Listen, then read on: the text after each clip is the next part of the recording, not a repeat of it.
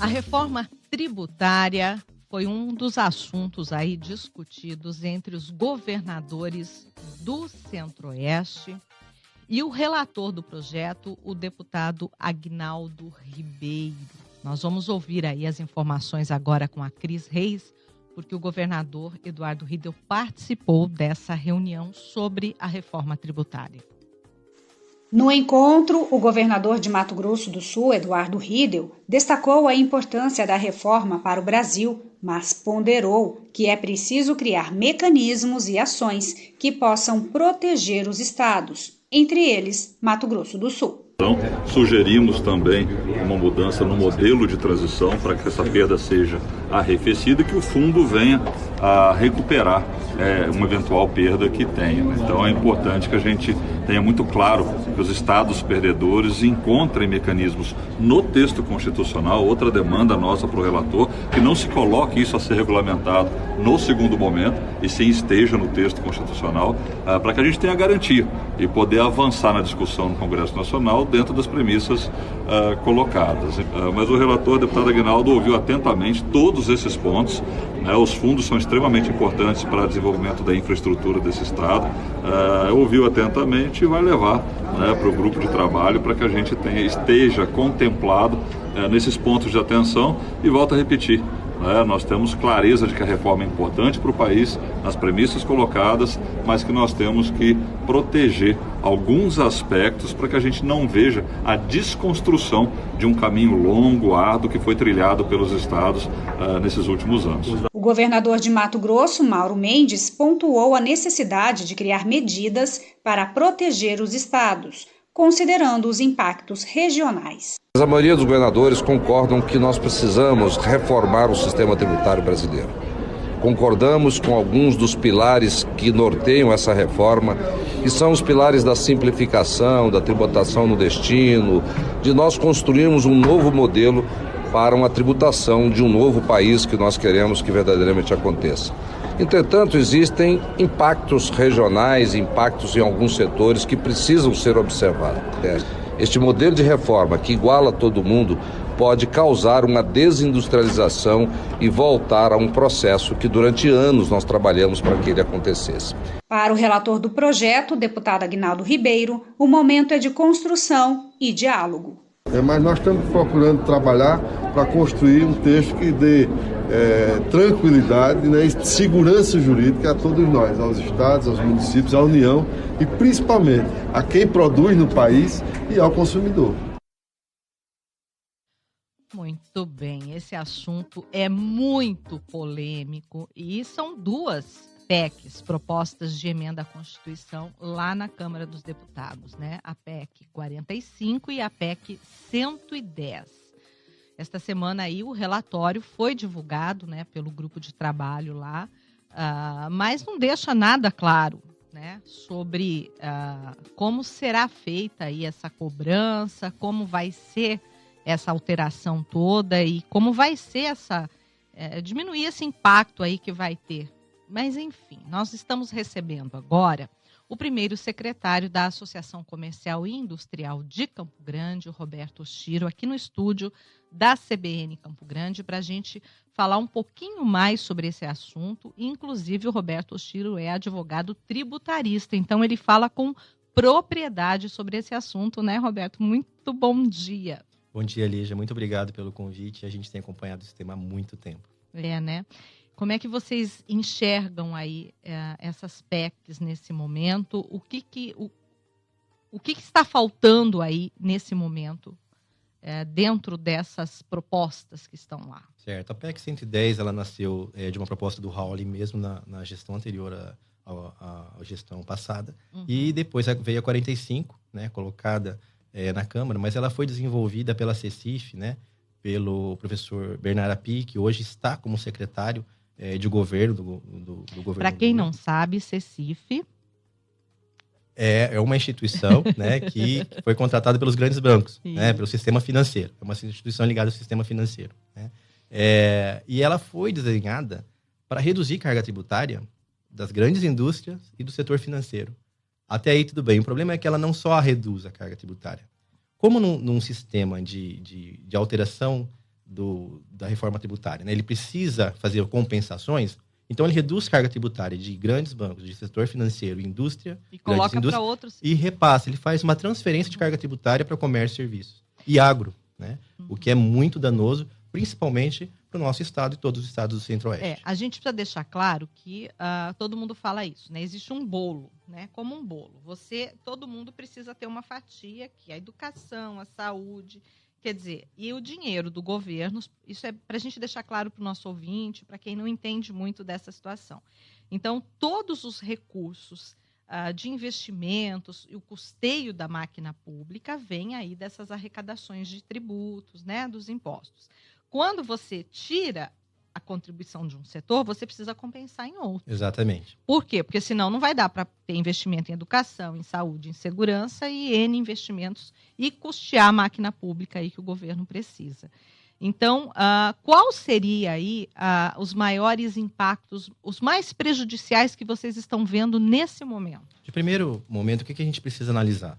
Foi formado um grupo de trabalho e passou por cima da Constituição de Finanças e Tributação da Câmara, que seria o ambiente adequado para você fazer a tramitação de uma proposta de emenda à Constituição. A primeira análise, né?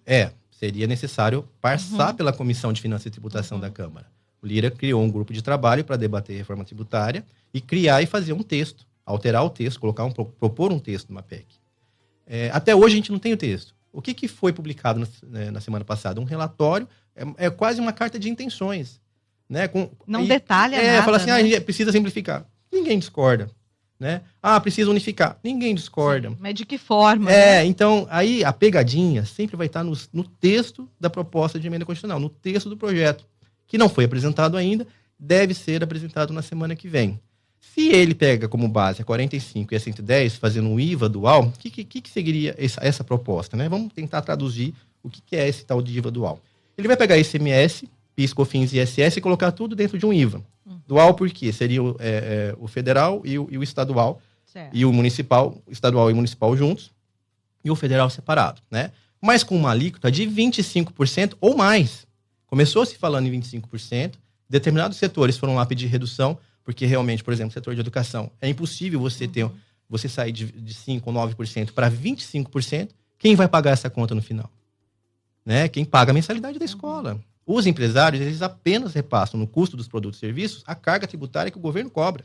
Quem paga, no final das contas, é a população. Da forma como está sendo colocado, ao invés de viabilizar melhor a economia brasileira, vai travar a economia. Né? Porque você está fazendo um aumento muito abrupto no setor de serviço. Há estudos, usando o modelo da OCDE, que indicam que vai haver uma demissão de em torno de 500 mil vagas de trabalho. Você reduz pessoas empregadas, você reduz também as pessoas consumindo. O que acontece? Você reduz a arrecadação, né?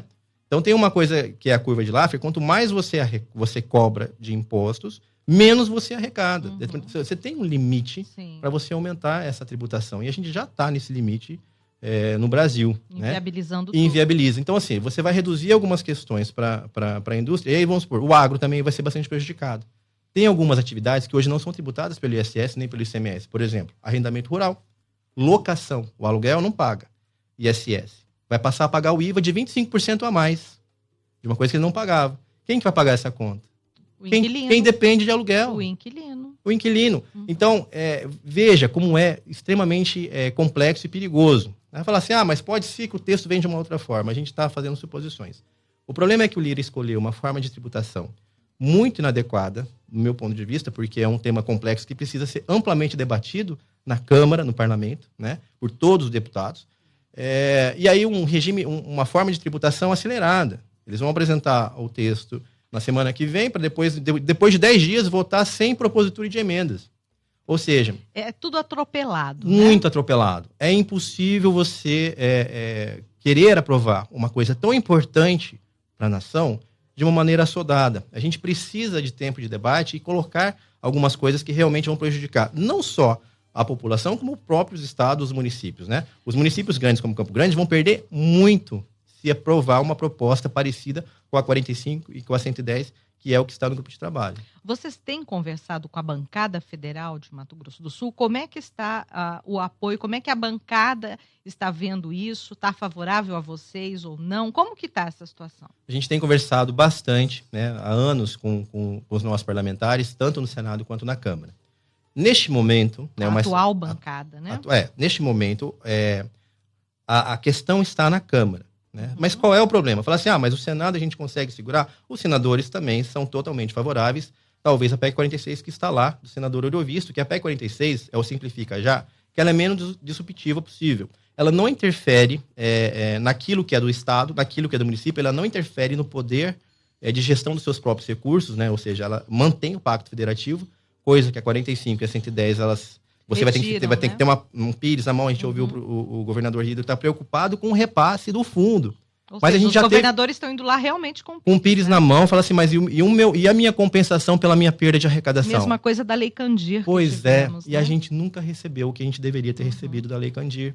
Foi feito um acordo depois que infinitamente menos foi repassado para o Estado de Mato Grosso do Sul. Então, é a mesma coisa. Você vai criar um fundo de compensação e depende de alguém te repassar isso. Né? E vamos criar mecanismos para poder gerir o repasse, mas não é você que está administrando seu dinheiro. Né? Se o ICMS é uma arrecadação do Estado, se o ISS é uma arrecadação do município, ele tem que ter o direito e o poder de arrecadar. Né?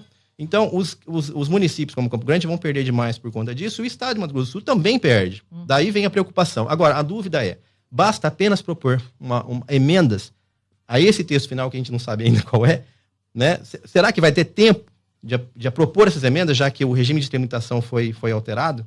Então, e as audiências públicas? Não, né? Pois a gente teve uma aqui, em Mato Grosso do Sul, teve uma audiência pública na Assembleia, e o resultado da audiência pública foi em apoio a 46. Se tiver que aprovar alguma proposta de reforma tributária, por quê? Será que é o momento adequado? Sim, mas deveria se ter aí uma mobilização para audiências públicas no Congresso.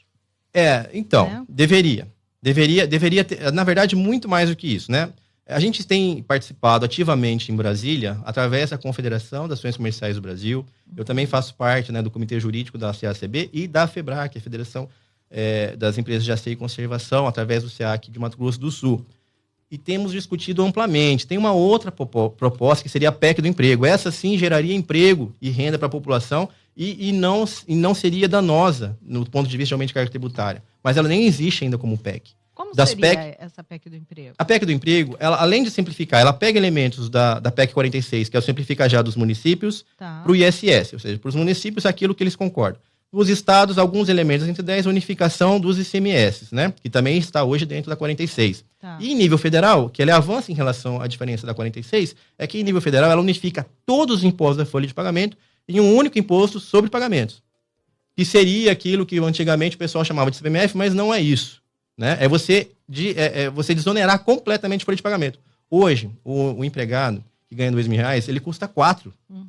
Sim, é o que empresa. Se fala há décadas. Então, se a gente tira essa diferença, né, a minha proposta, inclusive, nesse contexto, seria aumentar um pouco, sabe? Já que é 100% a mais, passa uns 30% a mais diretamente no bolso do trabalhador. Mas que seja só isso, né? E cria um único imposto de pagamento, mas nada. Não dá para você criar um imposto a mais sobre movimentação financeira. Já está inviabilizado. Ele só pode existir se for para substituir. Né? Então, ele tem uma outra característica, um outro contexto. Ele aumenta muito a base arrecadatória, porque o que acontece hoje? 30% do PIB está fora do sistema.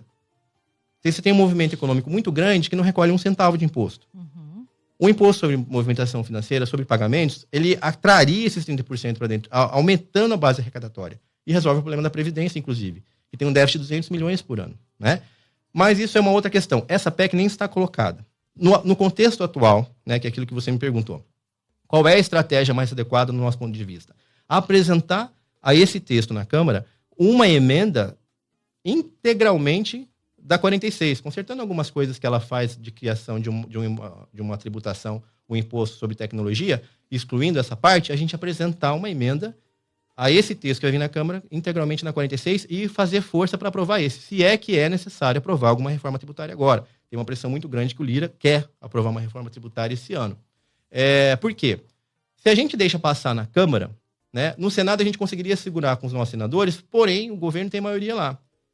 E o Bernardo Api é do governo. Né? Então ele pode patrolar o Senado e fazer aprovar o texto que vier da Câmara. Então, é, sim, muito importante fazer uma articulação da sociedade imensa, nesse momento agora, para evitar aprovar alguma coisa que vai trazer prejuízo para todos nós.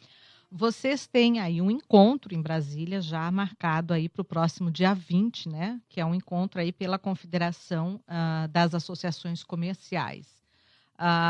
O que esperar desse evento? De que forma esse evento pode impactar aí nessas discussões?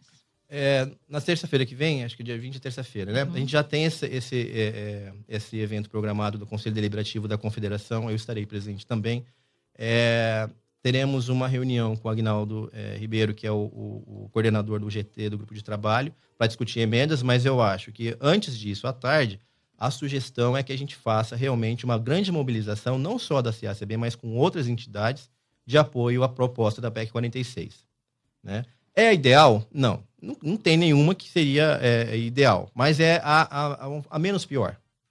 O que a 46 faz? Ela pega o ISS, ela não cria o IVA, né? Ela mantém ISS e ICMS, mas você tem mais de 5 mil municípios, cada um com ISS diferente. Então, ela vai simplificar, dizendo, para todos os municípios vai aplicar uma determinada regra. Né? E um único sistema. Uma única nota fiscal de serviço, né? Ou seja, aquela empresa que presta serviço no Brasil inteiro vai simplificar sobremaneira, porque é um único sistema. Já reduz a burocracia a partir daí mas também, cada né? município administra o seu recurso. Sim. Né? O ICMS, a mesma coisa, né? Ele vai unificar entre os 27 estados da federação um único sistema para recolhimento de ICMS automático. Então, você passa para os estados, a partir do momento que a empresa paga o imposto, a partir do momento que você, como consumidor, também paga, porque vai no seu cupom fiscal, Sim. vai ter um sistema automático que vai repassar diretamente para os estados. E aí a importância das pessoas pedirem a nota fiscal, colocarem lá o seu CPF, né? Eu acho que tem melhorado bastante isso, né? Com aqueles programas de premiação que os governos estaduais Mas muita têm gente feito. ainda não coloca. É importante. A gente vê isso na fila Isso é do cidadania. supermercado, a gente vê isso. Não só pelo prêmio, né? Mas é um exercício de cidadania, Sim. porque você está realmente contribuindo para que você tenha recursos para que o Estado possa, né, proporcionar Claro. saúde, segurança, educação, etc. Então, assim, do nosso ponto de vista, se for para aprovar alguma, que seja a 46, né? Mas será que é o momento? Porque o que a gente sempre debateu lá na CACB, né? Há mais de uma década. É necessário, qualquer reforma tributária que você faça, com uma grande pressão para o aumento de receita, porque você tem um gasto público muito elevado, ela não tem chance de reduzir a carga tributária. Qualquer proposta de reforma tributária que se aprovar nesse momento, ela vai ser para aumentar a carga tributária. Porque acabou de aprovar o arcabouço fiscal. O arcabouço fiscal diz o seguinte: para mim gastar mais, eu tenho que aumentar a arrecadação. Então você tem uma pressão muito grande para o aumento de arrecadação. O ideal seria fazer o governo fazer o dever de casa primeiro, reduzir despesa, cortar gasto. Reduzir ministérios. Lógico. Né? Reduzir despesa, cortar gasto, para que você tenha uma pressão menor pelo aumento de arrecadação. Né? São dois pratos da mesma balança. Na mesma balança, e aí nós temos os próprios deputados que representam partidos que querem uma fatia dentro do governo. Então, é muito difícil esse acordo. É muito difícil, mas eu acho que os nossos deputados, nossa bancada federal de Mato Grosso do Sul, não vai aprovar qualquer texto que vai prejudicar a população do nosso estado e também o nosso estado e os municípios do nosso estado. Então, eu acredito muito que os nossos deputados federais, né, estão bastante atentos, a gente conversou com vários já, e não vão aprovar nada no afogadilho nesse sentido. Vocês não conseguiram ainda uma reunião com a bancada completa, marcar uma reunião assim? Não, a gente tem feito reuniões individuais com os deputados, tá. Porque não tem um texto. Certo. Sempre qual é o problema? A gente está falando do que se não tem um texto proposto, e sem o né? texto, vocês também não têm nem como quantificar o prejuízo, né? Exatamente. O que é pior. Muito pior. Né? E outra coisa, se for na mesma linha da 45 e da 110, ela joga tudo para a lei complementar. Ou seja, a gente assina um cheque branco para depois ver o que faz. É muito mais fácil aprovar uma lei complementar do que uma PEC. Tanto que até hoje não se aprovou uma PEC da reforma tributária, devido à complexidade que é o tema. Agora, a lei complementar, o governo vai lá e aprova. Mesmo a revelia do que pensam os estados, às vezes, né? E estados como Mato Grosso do Sul tem uma bancada federal pequena. Para a gente encerrar aqui, como é que está o empresário nesse momento? Ele puxou o freio de mão por conta disso? Por conta da reforma tributária? Dessas discussões, desse momento que o país está enfrentando. Vários setores puxaram o freio de mão por conta da mudança política e econômica, né? Você ainda não tem uma linha clara de como vai se desenhar a economia, né? O que é um problema. Nós já estamos em junho e você não tem um projeto para dizer, vamos investir nisso, vamos investir naquilo. Tem algumas ideias que são jogadas ao vento, como, por exemplo, incentivar a venda de carro popular, mas que depois, no final, acaba não se concretizando daquela forma, né? Isso impacta negativamente o mercado. Por insegurança de previsão, né? Porque você precisa ter uma certa previsibilidade para você fazer os investimentos. Por conta dessa falta de previsibilidade do que vai ocorrer, aí o mercado segura os investimentos, né? Os empresários também. Pois é, então estamos aí nesse momento de polêmica, momento preocupante e de economia retraída por aqui. Roberto Oshiro, secretário lá da Associação Comercial e Industrial de Campo Grande, agradeço demais aí a sua participação aqui no Jornal da CBN, trazendo aí um pouco de clareza diante de tanta falta de clareza também nos projetos, né? Nós que agradecemos o convite e depois também a gente vai mantendo todo mundo atualizado do que está acontecendo. Inclusive semana que vem, após essa reunião, a gente vai querer saber das novidades, tá bom? Muito obrigada, viu? Muito obrigado.